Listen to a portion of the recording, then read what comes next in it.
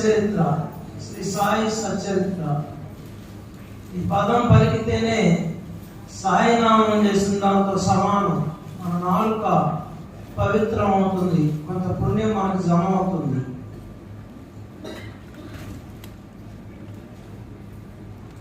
ఈరోజు సాయి దర్బార్లో ఒక విశేషమైన రోజు.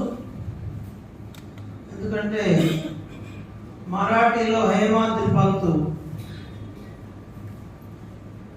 అన్నా సాహెబ్ దబోల్కర్, ఆయనకి ముందుగా బాబా హేమాడ్ పంత్ అని పేరు పెట్టుకున్నారు.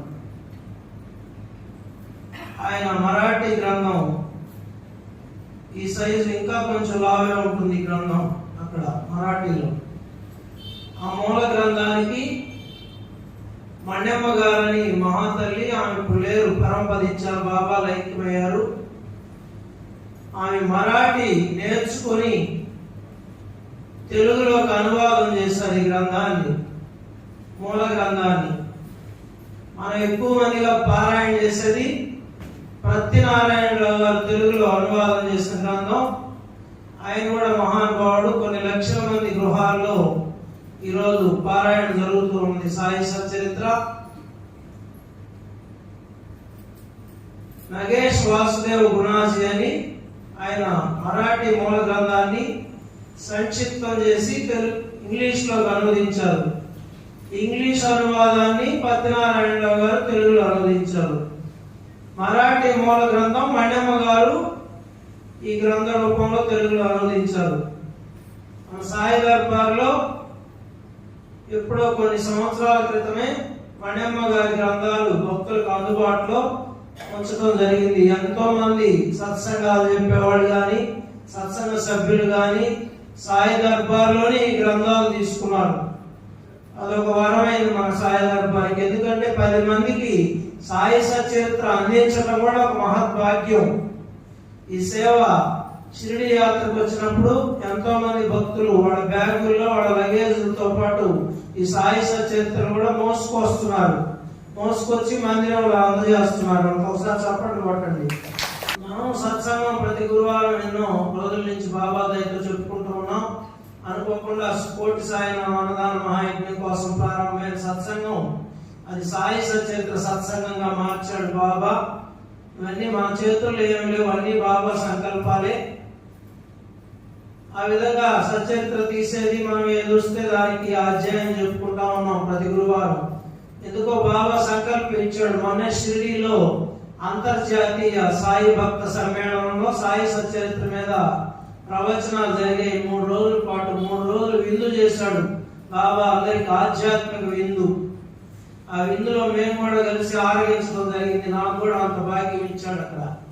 అక్కడ ఎందుకో ప్రేరణ కలిగింది బాబా దయతో. మణ్యమ్మ గారి గ్రంథం సత్యనారాయణరావు గ్రంథం అయితే నేను 25 సంవత్సరాల నుంచి పారాయణ చేస్తున్నాను.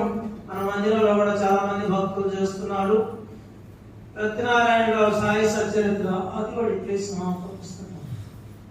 ఆ సాయి సచరిత్రను బాబా దయతో 2003లోనే నేను బాబా దయతో షిరిడీలో 18 రోజులు అక్కడే పారాయణ హాల్లో ఉండి, ఇంకా వేరే వ్యాపకం లేకుండా ఒక డైరీ తీసుకెళ్లి, ఖాళీ డైరీ, ఆ డైరీలో పదం వాక్యం ఎత్తి రాయడం జరిగింది. ఏంది దీనివల్ల ఉపయోగం అంటే, చదివిన దానికంటే రాస్తే మనకి జ్ఞాపక శక్తి ఎక్కువగా ఉంటుంది, జ్ఞాపకం ఉంటుంది రాస్తే. అందుకే కదా టీచర్లు కాపీ రైటింగ్లని అన్ని రాయిస్తుంటారు, నోట్స్లన్నీ. అట్లా బాబా దగ్గర ఒక విద్యార్థి లాగా రాయటం జరిగింది. నా మహద్భాగ్యం ఏంటంటే ఈ సాయికోటి సమాధిలో ఆ డైరీ ఉంచడం జరిగింది. నేను పైకి పోయినా కూడా నా గ్రంథం ఇక్కడ ఉంటుంది, నేను రాసింది ఆయన పాదాల దగ్గర శాశ్వతంగా. నేను అశాశ్వతం కానీ అది శాశ్వతం. ఈ మణ్యమ్మ గారి గ్రంథం పెద్దది కాబట్టి నేను కూడా ఒక 3-4 సార్లే పారాయణ చేయడం జరిగింది. ఇది నాకు కూడా సాధన. మీతో పాటు నేను కూడా నేర్చుకోవాలి. ఎన్నో ఈ గ్రంథంలో లేని విషయాలు ఎన్నో ఉన్నాయి. దీంట్లో వేదాంత చర్చ ఎంతో ఉంది. ఇదంతా చెప్పుకోవాలంటే 1 సంవత్సరం రోజులు పడుతుంది మనకి. అందుకని ముఖ్యమైన ఘట్టాలు, ముఖ్యమైన లీలలు తీసుకొని ఒక అరగంట ప్రతి గురువారం చెప్పుకుందాం. మీరందరూ పారాయణ చేయని వాళ్ళే ఎక్కువ మంది ఉన్నారు నాకు తెలుసు. ఎందుకంటే టెంకాయలు కొట్టుకుంటే చాలు అనుకునే వాళ్ళే ఎక్కువ మంది. టెంకాయ కొట్టేది కోరేది ఇదే కదా ఎక్కువ మంది. అందుకని మీకు కూడా మంచి అవకాశం, ఇంటి దగ్గర అట్లా పారాయణ చేయలేరు కాబట్టి 4 మాటలన్నా వినండి. బాబా చెప్పిస్తున్నాడు, ఏదో నాకు ఆయన శక్తిని ఇచ్చినంత వరకు 4 మాటలు చెప్తాను. పలికించేది ఆయనే, నేను ఊరికే మోగోడిని. 4 మాటలు వినండి. ఎప్పుడు ఉండే సంసారం, ఆ సంసారం సమృద్ధిగా ఉండాలన్నా ఈ సచ్చరిత్ర చదవాల, పారాయణ చేయాల.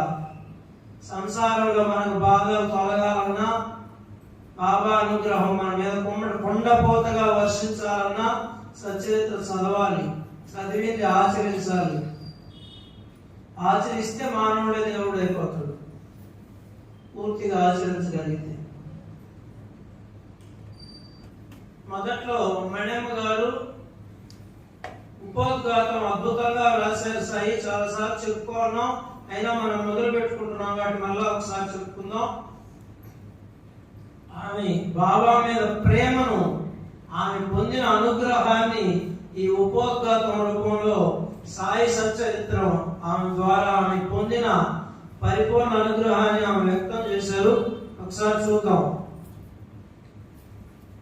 గురో వినతమి కరీ హృదయ మందిరి యావస సమస్త జగ హే గురు స్వరూప చీట సో మానస కరో సతత సత్కృతిమతేది జగత్పావన సమర్థ గురు సాయినాథ పురవి మనోవాసన. అక్కడ హారతిలో ఈ ప్రార్థన వస్తుంది. ఓ గురు, నా వినతి విను. గురో వినతి మీ కరీ హృదయ మందిరి యావస, నా హృదయ మందిరంలో వచ్చి కూర్చోండి మీరు. ఓ గురు, నా వినతి విను, నా హృదయ మందిరంలో వచ్చి కూర్చోండి. సమస్త జగ హే గురు స్వరూపచి కసో మానస, సమస్త జగత్తంతా నీ స్వరూపంగా, గురు స్వరూపంగా నాకు దర్శనం ఇచ్చేటట్టు అనుగ్రహించయ్యా ఓ గురు సాయినాథ అని అర్థం. స్వరూపచి కసో మానస కరో సతత సత్కృతిమతి ఇది జగత్ పావన, జగత్ పావనమైన కార్యములు చేసే బుద్ధిని, మనస్సుని నాకు అనుగ్రహించయ్యా, నాకు ఇవ్వమయ్యా సద్గురు సాయినాథ అని. అంటే జగత్పావనమైన అంటే లోక కళ్యాణకరమైన చేసే బుద్ధిని నాకు అనుగ్రహించు అని దీని అర్థం. కాకడ హారతి అద్భుతంగా ఉంటుంది. కాకడ హారతిలో ఒక్కొక్క పదంలో భావం తీసుకుంటే బాబాతో కనెక్ట్ అయిపోతాం మనం, బాబాలో తాదాత్మ్యం చెందుతాం బాబాతో. అంత అద్భుతంగా ఉంటది కాకడ హారతి. హారతులకు వచ్చే వాళ్ళకి కూడా విన్నపం ఏంటంటే, దయచేసి మాస్టర్ గారు రాసిన హారతి బుక్స్ అందుబాటులో ఉన్నాయి. 6 రూపాయలు 10 రూపాయలు ఆ పుస్తకం. అది తీసుకొని ఒకటి మీరు హారతికి వచ్చేటప్పుడు తెచ్చుకున్నారనుకోండి, చూసి చదువుకోవచ్చు. దాంట్లో ఇంటి దగ్గర మీరు చేయాల్సింది ఏంటంటే ఆ భావం స్టడీ చేసుకోండి.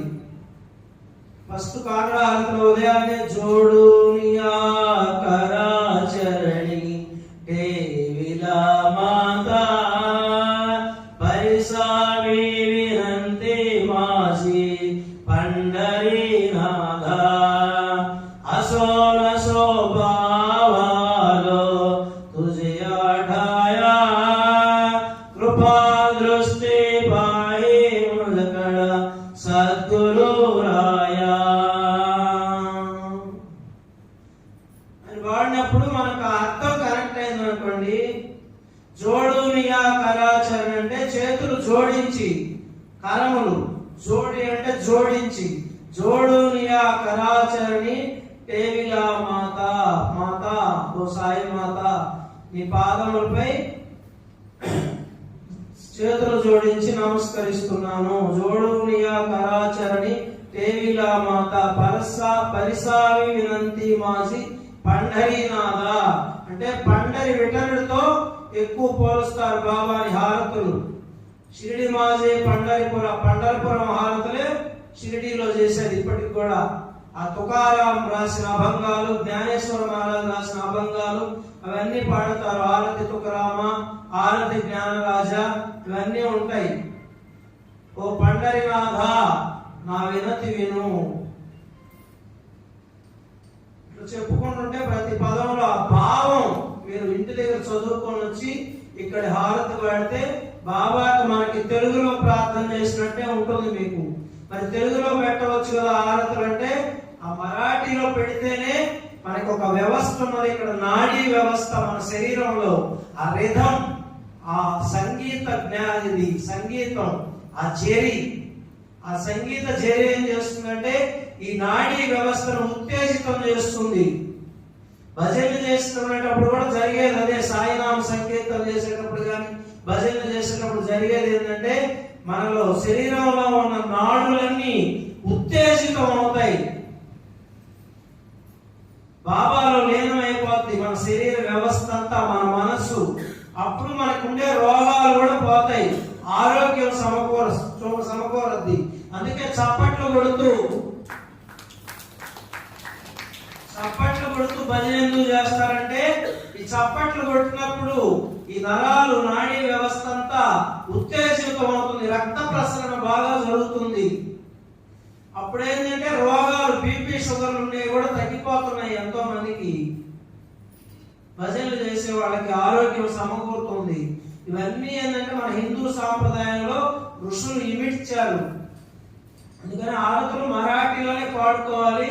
ఆ భావాన్ని మీరు ఇంటి దగ్గర స్టడీ చేసుకొని పాడుకుంటే మీరు ఎక్కువ బాబాతో అనుబంధాన్ని పొందుతారు, కనెక్ట్ అవుతారు బాబాతో. ఇప్పుడు ఇక్కడ మొదటి వాక్యం ఏం రాస్తున్నారంటే, పరిత్రాణాయ సాధూనాం వినాశాయ చతుష్కృతాం ధర్మ సంస్థాపనార్థాయ సంభవామి యుగే యుగే. ధర్మ సంస్థాపన కొరకు మరియు తాపత్రయాలతో తప్పించుకొని పోతున్న మానవాళిని ఉద్ధరించడానికి నిర్గుణ నిరాకార పరబ్రహ్మ మరలా మరో మానవ రూపంలో షిరిడీ క్షేత్రంలో అవతరించారు. ఆ సగుణ సాకార మూర్తియే శ్రీ సాయిబాబా. ధర్మం కలియుగం అయితే ఒక పాదం మీద ఉందంట, కృతయుగంలో 4 పాదాల మీద ఉండింది, త్రేతాయుగంకి వచ్చేదానికి కొంచెం తగ్గింది, ద్వాపర యుగం ఇంకా తగ్గింది, కలియుగంలో ఒక పాదం మీద నడుస్తుందంట. అందుకే ఇవన్నీ ప్రకృతి వైపరీత్యాలు, అకాల వర్షాలు, కరోనా జబ్బులు ఇవన్నీ ఎందుకు వస్తున్నాయంటే మనం ధర్మం ఆచరించడం వల్ల. పూర్తిగా ధర్మో రక్షితో రక్షిత అన్నారు. ధర్మాన్ని రక్షించలేకపోయినా కనీసం ఆచరించగలిగితే ఎవరికి వాళ్ళు అన్ని పంటలు సమృద్ధిగా పండుతాయి, సస్యశ్యామలంగా ఉంటుంది ప్రకృతి. అందుకని ధర్మం తప్పినప్పుడు భగవంతుడు ఏదో ఒక రూపంలో అవతరిస్తారు. అవతరించాడు కదా దశావతారాలు, నరసింహస్వామి, శ్రీకృష్ణుడు, శ్రీరాముడు, ఇంకా ఎన్నో అవతారాలు తీసుకున్నారు కదా. మత్స్యావతారం, కూర్మావతారం, దశావతారాలు వచ్చాయి కదా. అందుకని బాబా కూడా అవతరించారు ధర్మ సంస్థాపన చేయడానికి. మనలో అందరినీ ధర్మ మార్గంలో నడిపించేదానికి, మనలో ఉన్న అసురీ గుణాలు అంటే రాక్షస గుణాలను తొలగించేదానికి బాబా వచ్చారు. శ్రీరాముడు, శ్రీకృష్ణుడు ఏం చేశారు? రాక్షసులు ఏం చేశారు? సంహరించారు, అంటే చంపేశారు. కానీ కలియుగంలో సద్గురువు మనలో కూడా చాలా రాక్షస గుణాలు ఉన్నాయి. మనం కూడా చెప్పాలంటే మానవ రూపంతో ఉన్నాం, కానీ లోపల చిన్నోడో పెద్దోడో రాక్షసుడు ఉన్నాడు లోపల. ఈ అవతారం ప్రత్యేకత ఏంటంటే మనల్ని చంపడం లే బాబా, మనలో ఉన్న గుణాలను చంపుతున్నాడు. రాక్షస గుణాలను చంపి మనల్ని సద్గుణ సంపన్నులుగా తయారు చేసేదానికి మనం మామూలుగా గుర్తించలేం కాబట్టి మనలాగానే ఒక మనిషిలాగా వచ్చాడు ఆయన. మానవ రూపంతో ఒక గురువుగా ప్రకటమయ్యారు, సద్గురువుగా. ఈరోజు సద్గురు సామ్రాట్ అయి ఈ ప్రపంచాన్ని పరిపాలిస్తున్నాడు షిరిడీ కేంద్రంగా. ఆ సగుణ సాకార మూర్తియే శ్రీ సాయిబాబా. సగుణ రూపంతో వచ్చాడు, సాకార రూపంతో వచ్చాడు. వారు పార్థివ శరీరంతో ఉండగా అసంఖ్యాకమైన అద్భుతమైన అమర లీలా విలాసాలను ప్రదర్శించారు. చేశాడు బాబా. సచరిత్ర చదివితే తెలుస్తుంది మనకి. ఇప్పుడు మన జీవితాల్లో కూడా ఎన్నో ఇస్తున్నాడా లేదా, మనకి ఎన్నో లీలలు చేస్తున్నాడా లేదా, లేకపోతే మనం ఎందుకు వస్తాం గుడికి? రాం కదా. భక్తులు బాబాలో అమోఘం, అగ్రాహ్యం, అనూహ్యమైన పరమాత్మ శక్తులను ప్రత్యక్షంగా సందర్శించారు. బాబాలో అద్భుతమైన శక్తులను దర్శించారంట భక్తులు. ఇప్పుడు కూడా దర్శించవచ్చు మనం గ్రహించగలిగితే, ఆయనతో అనుబంధం పెంచుకుంటే. ఈ సచరిత్ర పారాయణ చేస్తే ఏమొస్తుందంటే సాయిబాబాతో బంధం వస్తుంది, సంబంధం వస్తుంది, అనుబంధం వస్తుంది, రుణానుబంధం వస్తుంది బాబాతో. ఈ సచరిత్ర గారి పారాయణ చేస్తే ప్రతిరోజు.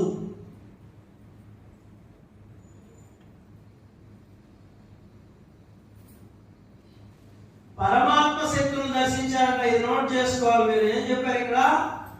పరమాత్మ అంటే సాక్షాత్తు ఆయన పరమాత్మ, పరబ్రహ్మం. అందుకే కదా అఖిలాండ కోటి బ్రహ్మాండ నాయక రాజాది రాజ యోగి రాజా ఏమంటున్నాం? పరబ్రహ్మ, సాక్షాత్తు పరబ్రహ్మం ఆయన, నిరాకారుడైన. మనందరినీ ఉద్ధరించడానికి, ఈ మానవాళిని, ఈ సమాజాన్ని ఉద్ధరించడానికి ఒక రూపం తీసుకొని షిరిడీలో ప్రకటమయ్యారు ఆయన. ఆ మహత్తర శక్తుల సంకలనమే శ్రీ సాయి సచరిత్ర అనే దివ్య కావ్య కల్పద్రుమం. ఎంత బాగా రాస్తుంది చూడండి. ఏంది? దివ్య కావ్యం. భగవంతుడు ఏదైనా దివ్యం, అంతా దివ్యమే. దివ్య దృష్టి అంతా దివ్యమే భగవంతుడిది. ఇక్కడ మళ్ళా ఏమన్నారు? కల్ప ద్రుమం అంటే కల్ప వృక్షం. కల్ప వృక్షం క్రింద ఉన్నవాళ్ళు ఏ కోరిక కోరితే ఆ కోరిక తీరిపోతుందంట. కల్ప వృక్షం ఏది కావాలంటే అది ఇస్తుంది. ఇప్పుడు బాబా మనకి ఇస్తున్నాడా లేదా? ఇస్తున్నాడు అన్నాడు. చేతులు ఎత్తండి. చాలా మందికి ఇస్తున్నాడు. బాబాకి ఒకసారి గట్టిగా చప్పట్లు కొట్టండి. ఇక్కడ చూడండి, భక్తులకు అందుబాటులో ఉండేలా శ్రీ సాయి సచరిత్ర రూపంలో సాక్షాత్కరించి ధర్మార్థ కామ మోక్షాలను అనుగ్రహిస్తుంది. అందువల్ల ఈ గ్రంథ ప్రాశస్త్యాన్ని ముందుగా తెలుసుకోవాలి. ఎవరైనా పారాయణ చేస్తుంటే సాయి తొందరగా అయిపోవాలని మొదటి అధ్యాయం కాడించే మొదలు పెడతారు అందరూ. ఉపోద్ఘాతం చదవాలి తప్పకుండా. ఉపోద్ఘాతంలో అసలు ఆ బుక్ లో ఏముంది అన్ని విషయాలు ఉంటాయి దాంట్లో.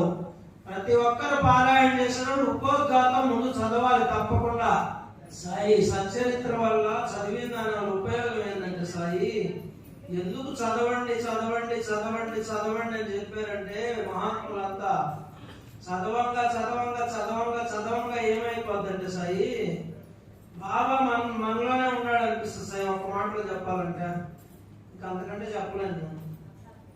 మన లోపలే ఉండి మనల్ని నడిపిస్తున్నట్లుగా అర్థమవుతూ ఉంటుంది ప్రతి క్షణంలో మనల్ని.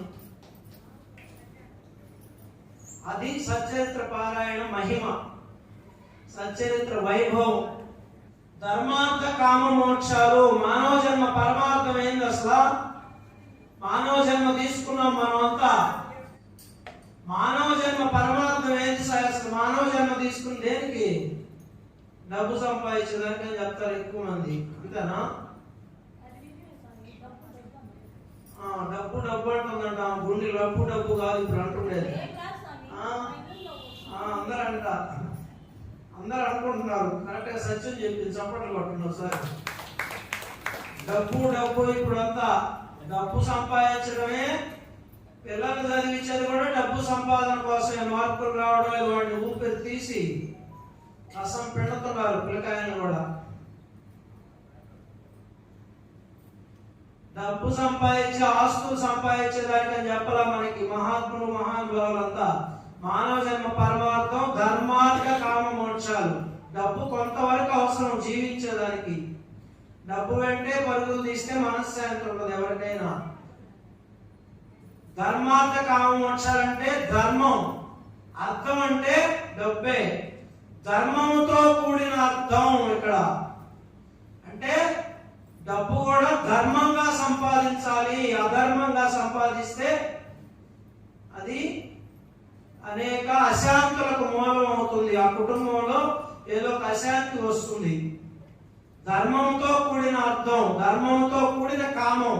కామం అంటే మనం అనుకుంటున్నదే కాదు, కోరికలు. కామం అంటే కోరికలు, అంటే ధర్మంగా ఉండాలి కోరికలని. కోరికలు కూడా ధర్మంతో కూడినవి ఉండాలి, ధర్మంగా ఉండాలి కోరికలు కూడా.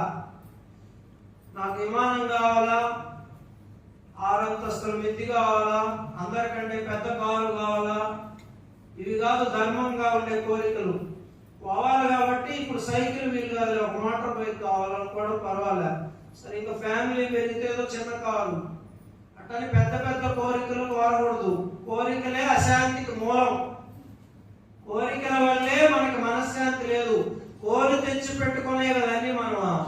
మాయా సంసారం తమ్ముడు, మదిలో సదాశివుని మరువకు తమ్ముడు. మాయా సంసారం తమ్ముడు, వచ్చినప్పుడు వెంట తెచ్చేదేముంది, పోయేటప్పుడు కొనిపోయేదేముంది.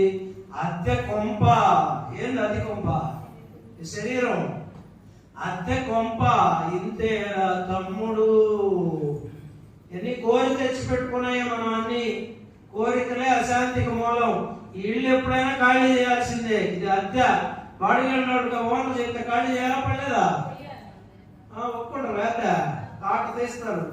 అందుకని తాట తీస్తాడు యమధర్మరాజు. రేపు ఖాళీ చేయకపోతే అదేమో సినిమాల్లో చూపిస్తుంటారు, అదేసి లాగుతాడు ఎక్కడ పోయినా కూడా.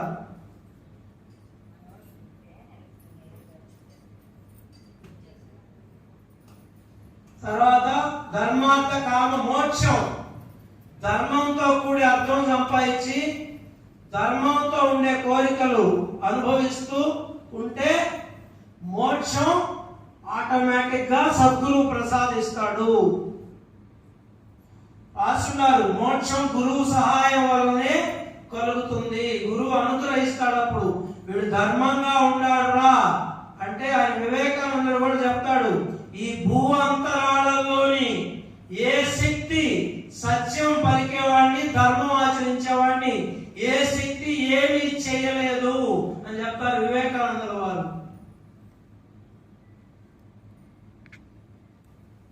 సరే, ఇదిగోండి చెప్తున్నారు. రామాయణంలో శ్రీరామచంద్రుని శౌర్య పరాక్రమాలను, ఔదార్యాన్ని, ఔన్నత్యాన్ని కని ఆనందిస్తాం. మహాభాగవతంలో శ్రీకృష్ణ పరమాత్మ యొక్క మహిమాన్వితమైన అనేక దివ్య లీలలను తిలకిస్తాం. శ్రీ భగవద్గీతలో శ్రీకృష్ణ భగవానుని ఆధ్యాత్మిక జ్ఞాన ప్రబోధన అవగాహన చేసుకుంటాం. అదే విధంగా శ్రీ సాయి సచ్చరిత్రలో శ్రీ సాయి యొక్క సుగుణ సంపదను, వారి ఉదార స్వభావాన్ని, అపార కరుణ రసాన్ని, దిగ్భ్రమ చూడండి. ఒక్కోసారి బాబా ప్రేమకి మనం దిగ్భ్రమ చెందుతాం, బహుర్పాటు వచ్చేస్తాం. ఒక్కోసారి మనకి ఎంతోమంది అనుభవించుంటారు, కళ్ళనీళ్ళు కారిపోతాయి. ఒక్కోసారి ఆయన ప్రేమకు ఏదైనా ఆపదలో ఉన్నాం అనుకోసారి బాబా వచ్చి మనకు సహాయం చేశాడు అనుకో, వెంటనే ఎట్లా ఏడుపు వచ్చిరా. అట్లా ఇది దిగ్భ్రమ అనే పదం వాడినాను. దిగ్భ్రమను కలిగించే వారి చమత్కారాలను, వారి దివ్య అనుగ్రహాన్ని గమనిస్తాం. వారి మనోహర రూపలావణ్యం యొక్క వర్ణన శ్రవణం చేస్తాం. వారి మధుర వచనామృతాన్ని చవి చూస్తాం. రామాయణం చదివిన వాళ్ళ చేతులు ఎత్తండి. సాయిరాం. ముగ్గురు ఉన్నారు ముచ్చటగా, నలుగురు ఉన్నారు. సాయిరాం, సంతోషం. నలుగురు అన్నది చదివారు. రామాయణం చదువుతుంటే రామో విగ్రహాన్ పరమో ధర్మ అన్నారు. ఆయన ధర్మాన్ని ఆచరించిన విధానం, అన్నదమ్ముల మధ్య అనుబంధం, ఒకరి కోసం ఒకరు చేసిన త్యాగాలు, సీతమ్మ త్యాగం, భరతుడు త్యాగం, లక్ష్మణుడు త్యాగం. రామాయణం చదువుతుంటే కళ్ళ నీళ్ళు వచ్చేస్తాయి. అట్లా భాగవతం చదువుతుంటే శ్రీకృష్ణ పరమాత్మ బాల్యం ముద్దు ముద్దుగా ముచ్చటగా ఆయన వెన్న దొంగలించటం, ఆ వెన్న తినడం, పాలు తాగటం, గోపికలతో కలిసి నాట్యం చేయటం, ఆయన వేణుగానామృతం, ఇవన్నీ ముద్దు ముద్దుగా ముచ్చటగా ఉంటాయి. వ్యాస భగవానులు వారు రాశారు. భగవద్గీత అద్భుతమైనది. హిందువులకి పరమ పవిత్రమైన గ్రంథం భగవద్గీత. శ్రీకృష్ణ పరమాత్మ అందించారు ఈ లోకానికి అర్జునుని నిమిత్త మాత్రునిగా చేసుకుని. అద్భుతంగా ఉంటుంది, దాంట్లో లేనిది లేదు, అన్ని యోగాలే. అర్జున విషాద యోగం అన్నాడు, మొదటి అధ్యాయానికే పేరు. విషాదం ఎవరైనా యోగం అంటారయ్యా? విషాదం అంటే అర్జునుడు ఏడుస్తున్నాడు. ఇదేంటి వీళ్ళందరినీ నేను ఏడ చంపేది? మా బంధువులు, తాతలు, ముత్తాతలు, తండ్రులు, బంధువులు, మేనమామలు, వీళ్ళందరినీ నేను ఎక్కడ చంపేది?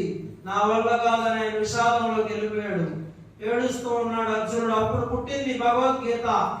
అంటే విషాదంలో నుంచే యోగం వస్తాయి. విషాదం లేకపోతే యోగం ఎక్కడి నుంచి వస్తుందా? బాధలు వస్తేనే బాబా దగ్గరికి వచ్చాం మనం. బాధలు లేకుండా సుఖమే ఉంటే వస్తామమ్మా? ఎందుకు వస్తాం తల్లా? హాయిగా ఇంట్లో ఉన్నాం మనం, టీవీ చూసుకుంటా, సీరియల్ అని.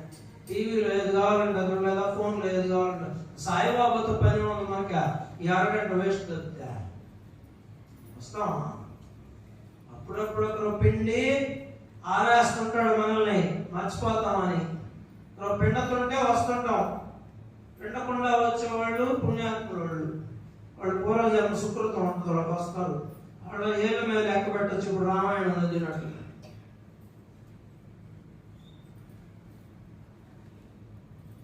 అట్లా సాయి సచ్చరిత్ర చదివితే ఏమొస్తే చెప్తున్నాడు ఇక్కడ. రామాయణం చదివితే రాముల వారు కనిపిస్తారు.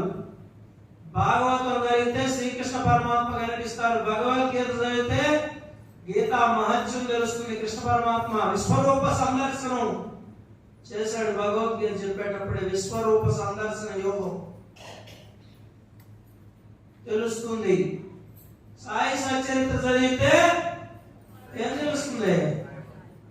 సాయిబాబా యొక్క విశ్వరూప సందర్శనం తెలుస్తుంది. సాయి దీంట్లో కూడా ఆయన లీలలు ఏమి చెప్పాడు అసలు మనకి, అసలు ఎందుకు రావాలి బాబా దగ్గరికి, సాయి అవతారం ఎందుకు వచ్చింది, అసలు ఏం చెప్పాడు ఆయన, అసలు ఏం చేస్తే మనల్ని ఇష్టపడతాడు, దానికన్నా ఏనండి సాయి మీరా. బాబా మనల్ని ఇష్టపడాలని మీకు అందరికి ఉందా లేదా? పక్కింటోడే ఇష్టపడాలని ఉంటుంది, ఎదురింటోడు ఇష్టపడాలని ఉంటుంది, మనదా? మరి మనకి బాబా ఇది సాక్షాత్ భగవంతుడైన బాబా మన మీద ఇష్టపడాలన్నదా? మనం ప్రేమించాలన్నదా? ఆయన ఇష్టపడాలంటే ఏమి చేయాలనేది ఈ సచ్చరిత్రలో ఉంది. ఆయన మనల్ని ప్రేమించాలంటే మనం ఏం చేయాలనేది ఈ సచ్చరిత్రలో ఉంది. ఆయన ఆశీస్సులు మనకు కావాలంటే, అనుగ్రహం మనకు కావాలంటే మనం ఏం చేయాలా ఈ సచ్చరిత్రలో ఉంది. సచ్చరిత్రలో లేనిది లేదు సాయి. మన సంసారంలో పడే అన్ని ఉన్నాయి దీంట్లో. ఆ రోజు భక్తులంతా కూడా సంసారులే మనలాగా. బాబా పాదాల వద్దకు వచ్చిన వాళ్ళంతా గృహస్థులే. వాళ్ళకి చెప్పినవి మనకి ఇప్పుడు కూడా పనికి వస్తాయి. కాబట్టి ప్రతి ఒక్కరు సాయి సచ్చరిత్రలు మణ్యమ్మ గారి గ్రంథం కావాలంటే కూడా మొన్న ఒక 20 పుస్తకాలు తెప్పించడం జరిగింది. ఎవరైనా కావాలంటే తీసుకోండి, షిరిడి రేట్కే లభ్యమవుతాయి. ఎవరైనా పేదవాళ్ళు ఉంటే చెప్పండి, ఉచితంగా ఇస్తాం. సాయిరాం సాయిరాం సాయిరాం. ఒకసారి జై జై గానం చేయండి సాయి సచ్చరిత్రకి. శ్రీ సాయి సచ్చరిత్రకు, శ్రీ సాయి సచ్చరిత్రకు, శ్రీ సాయి సచ్చరిత్రకు.